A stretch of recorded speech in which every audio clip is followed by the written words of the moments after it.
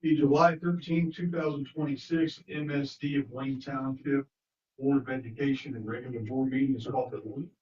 Rise to the pledge of allegiance. I pledge Allegiance to the flag of the United States of America and to the republic for which it stands, one nation, under God, indivisible, with liberty and justice for all. Thank you. This is the day Mark the roll call. Absolutely. Brandon Bowman, Present. Susan Graves, present. Karen Burke, present. Michael Morgan, Present. Rebecca Graham, present. Ben Wakefield, I'm here, and I'm Sherry O'Day Martin. We are all present. Thank you so much. Board, you've been provided with a copy of the agenda for tonight's meeting. We have a motion to adopt the agenda presented. Motion that we adopt the agenda as presented. Second. A motion and a second. Any comments or discussion? Hearing none, all in favor say aye. Aye. Opposed? The agenda is approved. Thank you, board. Moving on to recognition this evening, Dr. Suggs. Best part of the board meeting, though the board meeting is fun. This certainly is the best part.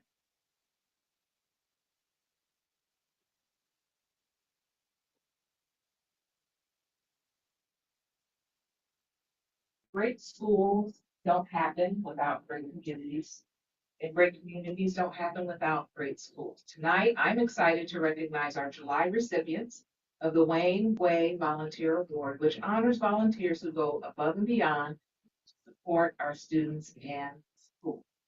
It's my pleasure to introduce our honorees, Richie and Sandy Hicks, if you'll join me up.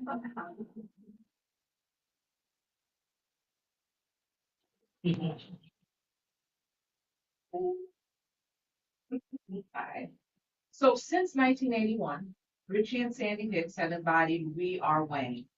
For more than 45 years, they have volunteered as PTO leaders, volunteer coaches, and basketball program directors as their daughters, Heather and Holly, made their way through Wayne Township School. And they never stopped. Richie served as a partner with the district's HRAC and host programs, opening doors and creating opportunities for students. And Sandy, working as an attendance secretary at Garden City Elementary and Chapel Glen Elementary, donated countless hours outside her working hours to support students and staff. Richie has chaperoned McClellan students on field trips, to Chicago, Jameson Camp, the Indianapolis Zoo, and the Children's Museum of Indianapolis. Now that they're retired, Richie and Sandy are committed to serving first graders each week at McClellan Elementary. They provide a consistent and positive grandparent experience for our bears. They show up every Friday, and our students know they can count on them. Their daughter, teacher Heather and Peacock, also here with us tonight, nominated them and shared, when former students check in with me, their first question is, Mrs. Peacock, where are your mom and dad? Followed by, are they still coming to help us on Fridays? Thank you to Richie and Sandy for showing up, for caring, and making Wayne Township Schools a better place. Please join me in celebrating Richie and Sandy Hicks for 45 years of service.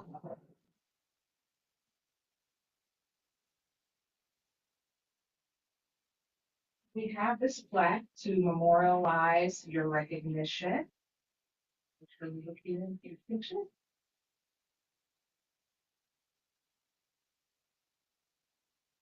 So tell us why you continue to do this. We love kids. Obviously, well. We love Wayne. We always have, always will. What's the best thing where you have to say something like that? No. She's flawed. Is it the field trips? Is it the Fridays that, the kids are expecting you? Is it, what's the part that just keeps you going? It's like out there. Did you say 1981? Yeah. So,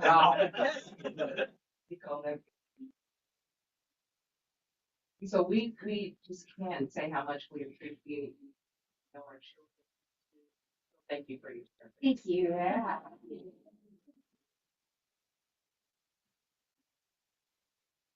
Thank you, Heather. Welcome. Thank you. Yeah.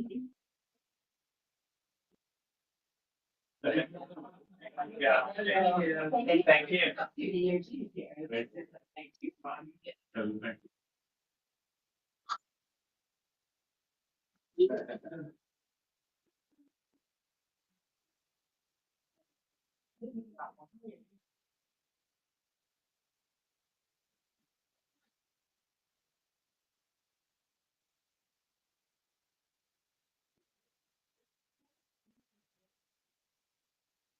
Okay, we're at this time to suspend our regular meeting and open a public hearing.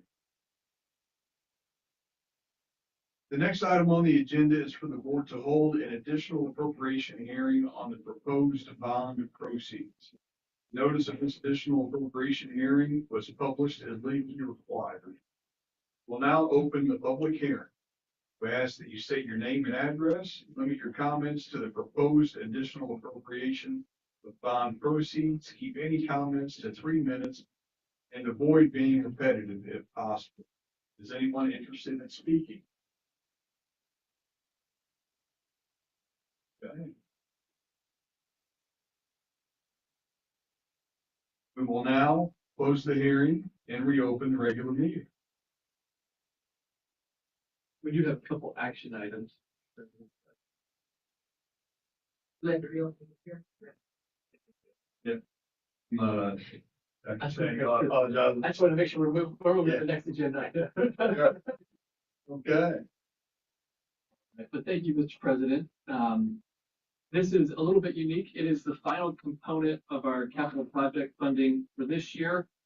In previous years, you may recall that we have sold two different series of bonds, in 2025A and then in the fall, 2025B. In essence, this is the B portion of that. As you probably remember, we've already taken action and sold the large portion of the fund. So when we think about this issuance, it is in the form of a general obligation bond, which is different than a first mortgage bond. Thinking back to our kind of long-term planning, you may remember the authorization that we worked through last summer for $150 million that we talked about beginning in 2027 and funding $15 million annually for 10 years. So we haven't tapped into that money yet. We had utilized all of the previous authorizations from 2023, and we still had a small gap in our plan for this year of 3.6 million. So this is covering that gap, but it is in essence going to function very similar. There's just a little bit different paperwork that will be applied here today with Exhibit A and Exhibit B in just a moment. Just like first mortgage bonds, we need to pay these general obligation bonds back. The one distinct difference is we're going to pay them back in a quicker manner. Happy to answer any questions on that side of it and go through that before we tackle Exhibit A. No questions. First, we'd like to focus on Exhibit A, the additional appropriation resolution. This resolution is the significantly shorter of the two, and it really just approves the bond proceeds to be spent on project costs. So in order to appropriate these bond proceeds, we don't have to go through the Department of Local Government Finance, but obviously do need the board's approval in order to spend these funds. So Exhibit A is really completely focused on our ability to spend these funds. Happy to answer any questions that you have. I'd like to ask for approval of the additional appropriation resolution, Exhibit A. I move that we adopt the additional appropriation resolution. We have a motion and a second for Exhibit A, adopting of the additional appropriation resolution. Do we have any comment or discussion? Hearing none, all in favor say aye. Any opposed? Thank you, Dr. Samuel. Exhibit A, the additional appropriation resolution is approved. Thank you. Now let's take a look at Exhibit B, the final bond resolution. The final bond resolution establishes things like the maximum term of repayment, maximum interest rate, all the details of the bond. When we are typically doing a first mortgage bond, a lot of these are going to be broken down in different documents. One of those being the supplement to the master undertaking. Remember that this would be the 18th one. It is embedded in this 18 pages of Exhibit B instead of being a standalone document when we do general obligation bond. All the other requirements that we file these in Gateway, that we are timely notifying Emma of these bonds, are all contained in Exhibit B, whereas they would have been contained in different documents along the process of the first one. Again, I'm happy to answer any questions that you have and respectfully ask for approval of Exhibit B, the final bond resolution. Move for approval of Exhibit B, final bond resolution. We have a motion and a second for Exhibit B, the final bond resolution. Do we have any comment or discussion? Hearing none, all in favor say aye. Thank you, Dr. Samuel. Exhibit B, the final bond resolution is approved. Thank you. Dr. Suggs, do we have anyone sign up for public comment this evening? We did not have anyone sign up this evening. Thank you. Board, you've been provided with a copy of minutes from previous board meetings for June 2026. We have a motion to approve the minutes as presented. Minutes from June 22nd, 2026, as presented. A motion and a second. Any comment or discussion? Since we gave the date, I want to make sure we add in June 1st as well. Noted. June 1st and June 22nd minutes have been presented. Any additional comment or discussion? Hearing none, all in favor say aye. Aye. Any opposed? Sir, approved. Thank you, board. Moving on to the financial report, Dr. Samuel. Thank you, Mr. President. Members of the board, also included in your documents for tonight's meeting, you will find the claims docket totaling $55,481,224.86 for your review. A few items to note this month. Most glaringly, you can see that we made our biannual debt payments. That is the large driver of the increase there.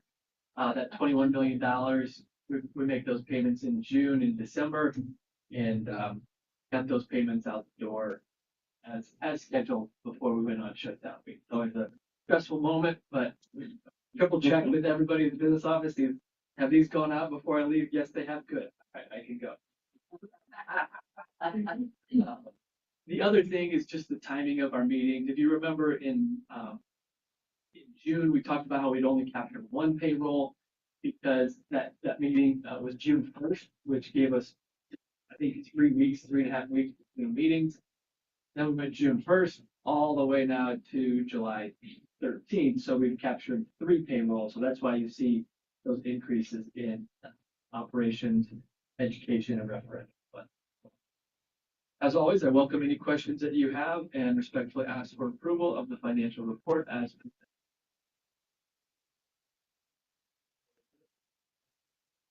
We have a motion and a second. Any comment or discussion regarding the July 13th, 2026 financial document? I just want to say it's the clearest and most beautiful looking one I've seen so far. It showed up so clear. Thank you very much. That's the first thing I noticed. I was like, oh, I can read this without. There is a weird thing with the Adobe documents that sometimes if you don't download them and then keep working on that. I love it. You figured it out. Any additional comment or discussion? Hearing none, all in favor say aye. Aye. Any opposed? Thank you, Dr. Samuel. The financial report is approved. Moving into old business, we have a bid recommendation for sports apparel. Dr. Samuel. Thank you again, Mr. President. Members of the board, included in your documents this evening, you will see the recommendation for sports apparel. Just a little bit of background on why this is coming before you, as it's something that in the past would have occurred and a decision would have been made, likely absent of the board's action. So what's occurring here is as inflation creeps up, we start to look for multi-year agreements, we reach what is the $150,000 threshold for professional services, which then requires a formal process, request for proposals, and then once that is initiated, then we do need the board's action to approve the choice that, or the recommendation, I should say, that is brought before you. So Mr. Fessler, recently took us through a lot of pages of re-upping and expanding that board policy. When I get crazy, it's all contained in there why we're taking action on it. But with that being said, as it notes, this is for sports apparel and equipment. It will connect our athletic department with a specific vendor for those needs. So that's 7 through 12, and lock in some incentives that will benefit our students in our facilities over that time horizon. On June 26th, proposals were received via email for the purpose of providing sports apparel to the district. 2 proposals were received in response, I should say, to the published RFP. The scores assigned by the review team can be found on page 2 of your documents for this evening. And based on those tabulations from the scoring, D1 Sports was the higher scorer for the submitted proposals. I welcome any questions that you have and humbly ask for approval of the recommendation for D1 Sports. Like football, basketball, tennis, golf, everybody. We get a question. Make a motion to approve, approval of the sports apparel bid. That's Second. We have a motion and a second. Any comment or discussion? sorry. You said, are there any questions on the front end? I'm sorry about that. So that does include all the sports. That's correct. Do our students, contribute any money towards sports apparel? Absolutely. Okay. I wish it was lucrative enough to cover all the needs. But yeah, there's usually a team pack. Walter, you can certainly jump in, but with each sport that students are buying, sometimes that includes uniform, most of the time it includes gear, shoes, depending on what the discipline is. And no shoes for swimming, but probably a couple of swimsuits and things like that. But yeah, it could be deck shoes. Okay, thank you. Yeah, absolutely. Question. I'm sorry. Does this also include, and I'm trying to remember, I thought thinking back as a parent, that when we did kind of the fundraising, that CSN was kind of who we used when I was buying shirts and all the things as the parent, those extra things. Is that who we've used in the past? That's accurate. DSN was the other entity who submitted for this proposal. So this does represent a shift. Okay. And it will, I think, represent a shift from Nike to Adidas. Okay, I thought I remember buying BSN when the kids play sports. You are. Ms. Graham hit right on what I was gonna mention, and that is to assist in those costs. As you know, parents do a lot of fundraising and they start that early so that, every child that has. But this is not for band. The sports. There's not a financial total right now. We just know that through the use will be over 150, but that will be dependent on what's actually purchased, how much money's raised, all the other stuff. Yeah. So yeah, those team packs, how many athletes there are, but also uniform replacement is, we really have a pretty good idea of, what that cycle is and what those costs will be. And, so when we go out, I think our middle schools are kind of ready to hit a little bit of refresh. And so that's one of the benefits of trying to get out and market at that time. To phrase some of it.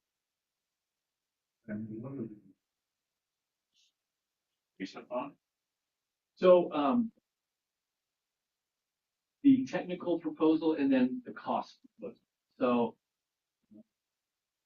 mostly the cost proposal per Indiana code has to be kind of the main component of that. So the submissions from each of these entities contain what those incentives look like, things like whether or not shipping and handling is charged to us or not charged to us. And so all of those things then kind of go into the review team, making a decision and making a ranking for each of those entities.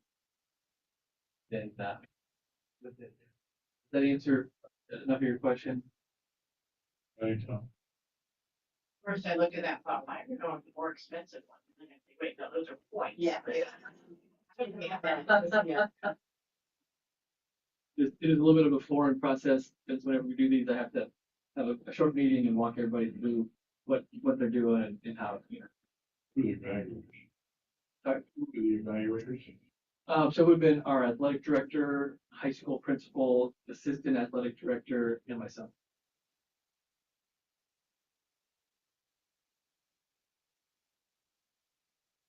Any additional comment or discussion? Hearing none, all in favor say aye. Any opposed?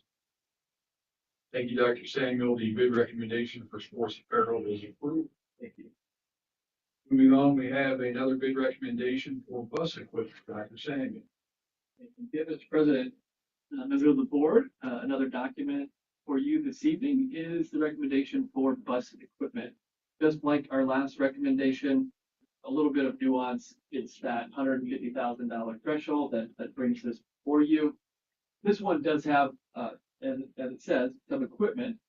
So we'll talk through what that is here in the next few minutes. But specifically, it's the tablets that run our GPS software that is on each of our buses.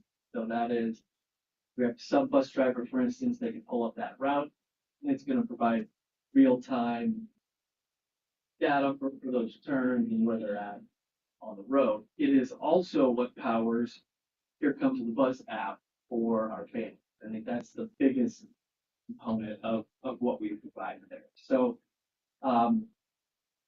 we do monthly budget meetings with transportation, and one of the recurring high cost budget items is our GPS contact.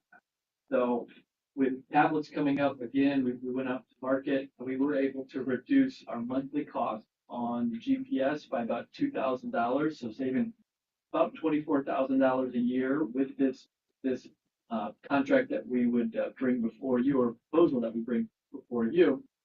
But of course, it does involve also purchase of some equipment, those new tablets. Old ones had hit whatever generation they were no longer supported. So we were faced with that regardless, and we're able to generate a little bit of savings along with that. One other thing that we did to reduce the number of tablets is previously we had a tablet on every bus, and as you know, we don't use every bus every day. We have some buses, there's some that are in the shop. So we invested in what they call a cradle for each tablet on every bus, but really just enough tablets to have a couple extras for what we're going to have on the road every day. So if a driver's bus is in the shop, they're going to grab that tablet, they're going to pop it in that new bus. And so we were able to reduce about 22 tablets that we need to purchase by trying to take that approach here. As always, I welcome any questions. Oh, I didn't talk about who won. Sorry, that was just about just like the last one on June 26th. Proposals were received via email for the purpose of providing bus equipment. Only one proposal was received in response to this RFP, and you can see the scores assigned on page 2. Based on those tabulations from the scoring, Synovia Solutions LLC was the high score for the submitted proposals. I would also note that they are our current provider, so that's a nice, I think, lack of disruption for our family. It's the same product. But as always, I welcome any questions that you have and respectfully ask for approval of the recommendation for Synovia Solutions. I move for approval of the bid for bus equipment. I have a motion and a second regarding the bid recommendation for bus equipment. Any comment or discussion? Hearing none, all in favor say aye. Any opposed? Thank you, Dr. Samuel. The bid recommendation for bus equipment is approved. Moving on to new business and human resources, Mr. Fessler. Mr. President, Members of the board, you received in board docs, the human resources reports A1, A2, addendum A1, and addendum A2 for your review. I'd like to answer any questions you might have about those reports and respectfully ask for approval of human resources reports A1, A2, and addendums A1 and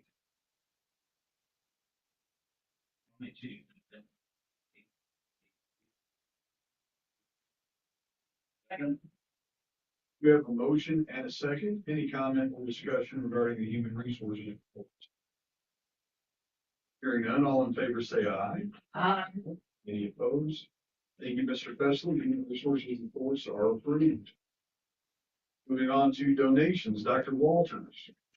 Good evening, Mr. President, members of the board. We have 4 donations to bring for approval this evening. The first 3 provided incentives distributed during our administrator retreat. $350 from Kelly Services for Amazon gift cards, $140 from Kaufman Wealth Management for Starbucks gift card, and $210 from Randy's Awards, rated tumblers. The fourth is funds for the esports team equipment and other expenses at Ben Davis High School. That would be from Diana Smith, monetary donation of $4,000. Respectfully request approval of our donation. Approval of the donations as presented. We have a motion and a second. Any comment or discussion? Any gift card winners at the table? Any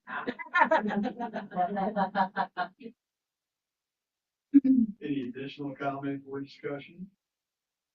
Hearing none, all in favor say aye. Aye. Any opposed? Thank you, Dr. Walters. The donations are approved. Thank you. Moving on to the board approval of expulsion appeal.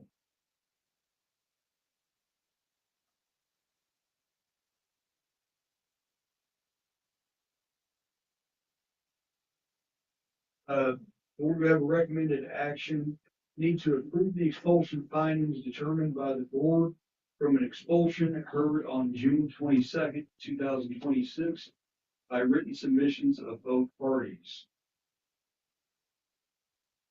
Approval for the expulsion finding by the expulsion hearing on June 22nd. Second. We have a motion and a second. Any comment or discussion? Hearing none, all in favor say aye. Aye. Any opposed? Thank you. The approval of the expulsion appeal is approved. Moving on to the 2026, 2027 info guide, code of conduct, and annual notices. This is Templeman. Good evening, Mr. President, members of the board. 2026 guide, student code of conduct, annual notices.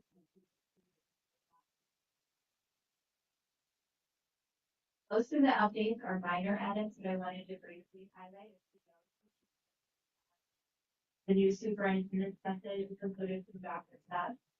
There is updated language regarding human sexuality instruction notices, which indicates an updated process for parental notice. Will be sent by parents there. It also outlines the new Indiana diploma requirements effective with class, including the honors as well as a new section on wireless communication devices, reflecting credit hiring personal communication devices. Main edits reflect staffing changes, updating figures, dates, contact information, and polishing. This document will be made available on our district website and set through our district site.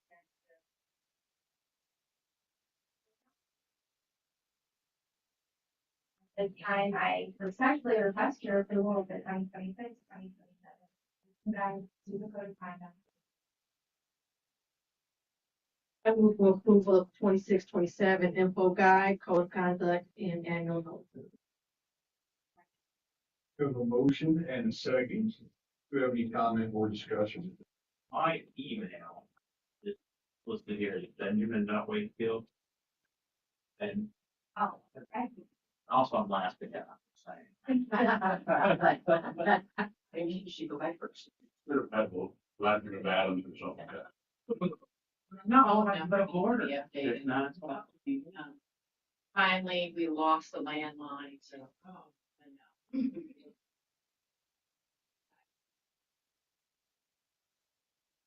thank you for highlighting the changes. That made it easier to read through. And Yeah, that, there were several just areas I think helps me as well. Yeah. Okay, I will take note of an update to your email address, Mr. Wakefield, and Any additional comment or discussion? Pending changes to Mr. Wakefield's email address and Mrs. O'Day Marcotte's phone number. We have a motion and a second to approve the info guide, code of conduct, and annual notices. Favor say aye. Any opposed? Thank you, Mrs. Dunklin. Those changes, the info guide, code of conduct, and annual notices are approved. Moving on to the 2026-2027 student handbooks, Dr. Pierce. Mr. President, members of the board, Dr. Harris, Dr. Wilkins, and I respectfully request approval of our student handbooks for this year. We have our elementary student handbook, the middle school handbook, Wayne Township preschool handbook, and then each of our secondary student handbooks. approval for the 2026-2027 elementary standard student handbook. Second. We have a motion and a second. Any comment or discussion? I have a couple of questions, probably for Dr. Walters. First of all, Dr. Pierce, I love the one handbook. Well done. Thank you. So brilliant. That was quite a task. And I know, that's really, really good. I think that'd be really great. My only question was, Dr. Walters, is in some of them, like Chapel Hill has completely under the wireless communication device policy, has it spelled out that they will be locked up, they will be in their bags. Then the others, some of the others are pretty vague, and although it looks like they have added school board policy 8.5, it doesn't say the same thing. And I think as we look at our policy that says it must be stored away, powered off, and inaccessible through the school day, we really need to help schools out to say what has to be done.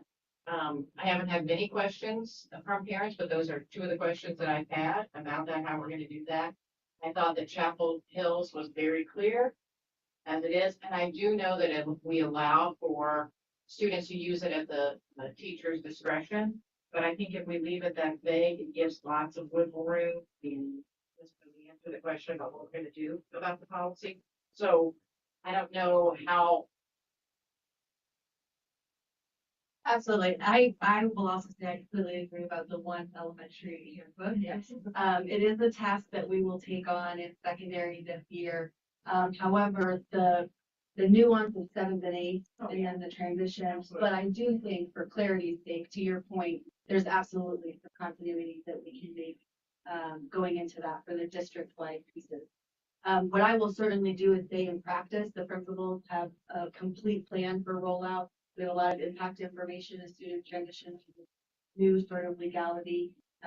Our K through 8 buildings and a lot of our 9th grade center is operating under the same procedures as last year because we had that gradual release.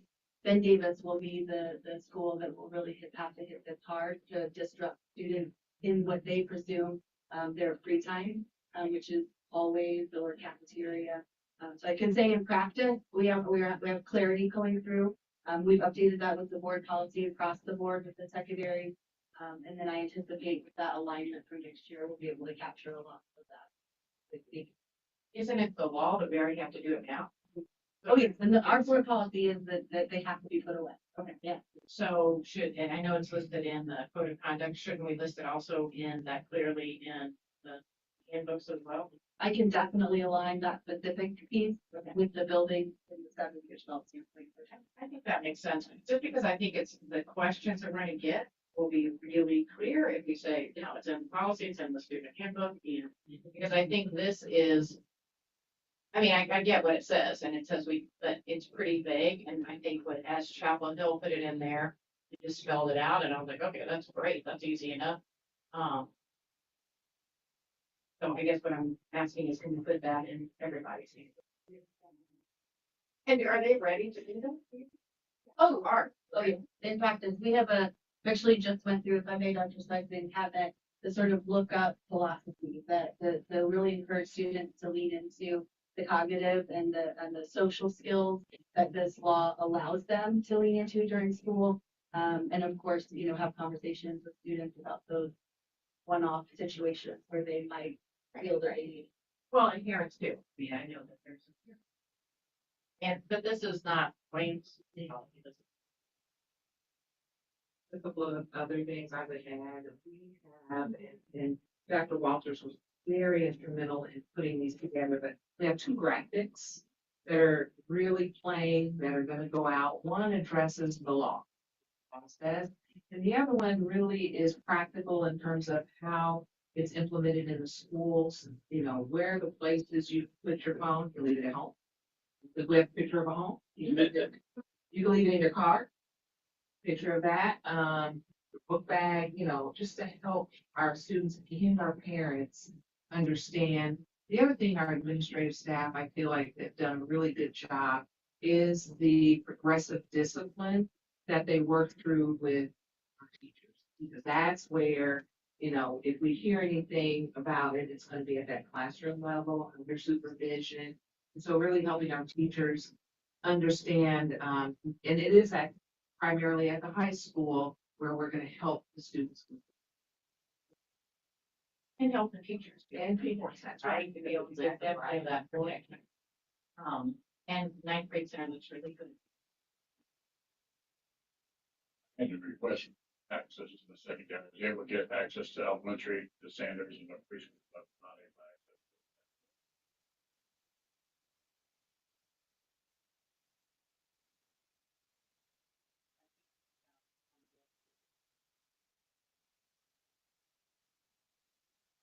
This is Ron, do you update access for the board? Is that something you want me to take care of? I will do that. Take a look.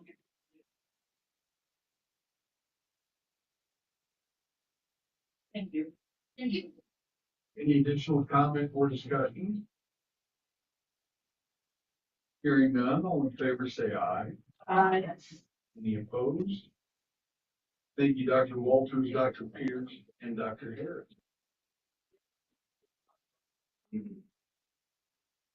Moving on to the 2026 Homestead Credit Reallocation Transfer, Dr. Samuel. Thank you again, Mr. President. Members of the board, included in your documents this evening, you will find the Homestead Reallocation Transfer Resolution. This is likely to be the only time we have this resolution for us, as it is related to Senate Enrolled Act 1 and some provisions that legislature has since taken care of. But for 2026, we do have some unique opportunities that we're going to be asking for your action. I'll talk through those here for the next few minutes, but you may remember that SEA 1 includes the $300 homestead credit. That is kind of after the tax bill, and it really functions for our purposes today. Think of it like the circuit breaker from tax cap, in that it is dollars not collected. So then it would be less dollars in our operations fund if we're talking about property tax caps, because debt service is exempt from the impact of property tax caps. Debt has to be paid first. So when SEA 1 was passed, it has this new credit. They did not articulate which fund it needed to come out of, the impact. So they did not protect debt, meaning that for 2026, the impact of that can be applied also to our debt service fund. The way that it worked for the Department of Local Government Finances, they went ahead and applied it all to the operations fund, and schools then have the opportunity to transfer the proportional allocation of the debt service fund versus the operations fund, transfer money from debt back to operations to offset those losses in ops and share what would be the loss or unfunded credits, not a loss because we never had those dollars, but those unfunded credits between those two funds. So this is really the only time we're ever going to be allowed to move money from debt to operation. Except for, you may remember when we let the 20 referendum expire in 2023, the protected taxes waiver was one of those strategies that we were going to employ. And in essence, this is a small scale protected taxes waiver for only 2026, because in 27, they cleaned up the law last session, and now it all does have to go to operations. So that's the primer on levers, excuse me, that bring us here this evening within this. And again, the last note here I just said, so I don't have to go through that, but happy to answer any questions that you have. This is about as complicated as it gets if you read through this. It references things that are only very tangentially related. And then the last piece is it's $843,000, but we have to do it in 2 installments. So that's the other part that you see with that 421,575. And happy to answer any questions that you have and respectfully ask for approval of the 2026 homestead credit reallocation transfer. I move for approval of the 2026 homestead credit reallocation transfer resolution. We have a motion and a second. Do we have any comment or discussion? Hearing none, all in favor say aye. Aye. Any opposed? Thank you, Dr. Samuel. The 2026 homestead credit reallocation transfer is approved. Moving on, Dr. Stubbs, do you have any more information this evening? Couple of things. It's so hard to believe that in 2 weeks' time, we'll be at opening. The high school, all staff will meet at the high school, for an hour and a half, 2 hours together. And then they'll be released to their buildings to do additional professional development and setting up of their classrooms. It felt like school today because we have so many dedicated teachers here doing professional development, looking at some curriculum items. And they're back at it. As I drive through the district, even over this past weekend, teachers are at school already. Again, the dedication of our staff is just phenomenal. And so it just gets me so excited about the start of the 26th school year. Just as another reminder, the Friday before, on the 24th, is our new teacher breakfast. I'm also excited about that. We'll have approximately 90 teachers in attendance at that event, and I know they're excited too. So something I meant to mention, meeting back, and I want to make sure the board knew that a very nice card came to the office, and I'll share it with you after the meeting, from Dr. Walters in the passing of her father, thanking you guys for the beautiful flowers and the words of support during it. And I don't want to speak for her. Is there anything else? You thank you, waiting to do that. Thank you. Board, do we have any additional information or comments this evening? We have a motion to adjourn. I move that we adjourn at 7:18 PM. A motion and a second. Please remember, if you've not signed all documents, stick around until you have. All in favor, say aye. Aye. Any opposed? We're adjourned at 7:18.